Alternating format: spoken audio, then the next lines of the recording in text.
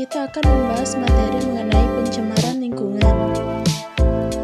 Sebelumnya di sini saya akan memperkenalkan diri terlebih dahulu.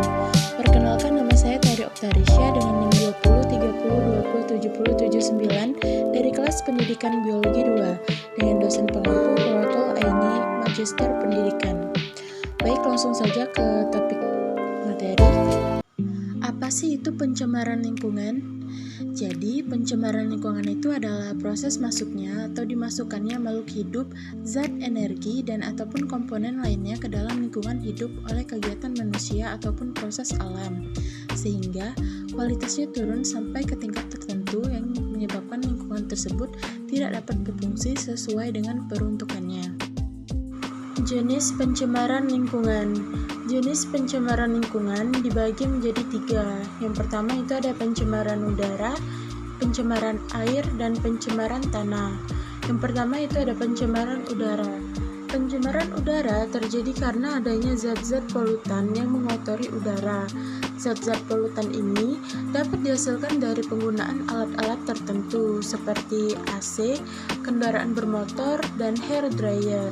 Selain itu, zat-zat polutan juga dapat dihasilkan dari aktivitas yang dilakukan oleh manusia, seperti membakar sampah, menggunakan pestisida untuk membunuh hama di lahan pertanian, dan aktivitas pabrik yang menimbulkan asap.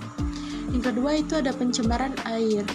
Pencemaran air terjadi karena adanya zat-zat polutan yang masuk ke dalam sumber air, seperti insektisida, kotoran, limbah, pupuk, dan sampah. Air yang tercemar akan berbau, keruh, dan berwarna, sehingga tidak layak untuk dikonsumsi. Jika dikonsumsi, maka air tersebut akan dapat mengganggu kesehatan kita. Selanjutnya itu ada pencemaran tanah. Pencemaran tanah terjadi karena adanya zat-zat polutan yang masuk ke dalam lapisan tanah, sehingga kualitas tanah menjadi turun. Zat-zat polutan tersebut dapat berasal dari tumpahan minyak, kebocoran limbah yang berbentuk cair, pestisida yang digunakan secara berlebihan, cairan dari timbunan sampah, serta zat-zat lainnya seperti arsen, besi, kadmium, klorida, kromium, fluor, merkuri, lead, nitrat, silver, selenium, dan sulfat. Faktor penyebab pencemaran lingkungan. Faktor penyebab pencemaran lingkungan dibagi menjadi 2, yaitu faktor alam dan faktor manusia. Contoh dari faktor alam yaitu banjir, gempa bumi, gunung berapi meletus. Sedangkan faktor manusia yaitu yang pertama membuang sampah sembarangan, limbah industri, dan menambang hutan secara liar.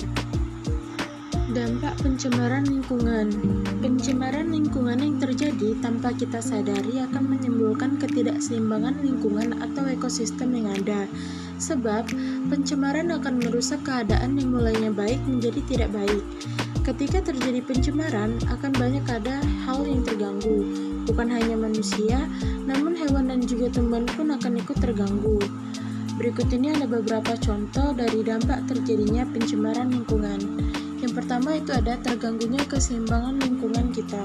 Yang kedua, punahnya berbagai spesies flora dan fauna.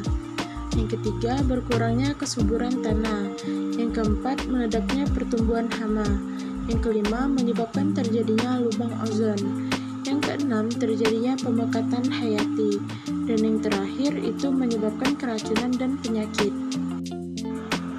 Beberapa cara yang dapat kita lakukan untuk mengatasi pencemaran lingkungan diantaranya itu yang pertama, membuang sampah pada tempatnya. Yang kedua, penanggulangan limbah industri. Yang ketiga, penanggulangan pencemaran udara. Yang keempat, penghijauan dan penanaman pohon kembali atau biasa disebut dengan reboisasi. Yang kelima, penggunaan pupuk dan obat pembasmi hama tanaman yang sesuai. Dan yang terakhir itu pengurangan pemakaian CFC. Baiklah, sekian video pembelajaran kali ini. Semoga dapat bermanfaat bagi semuanya.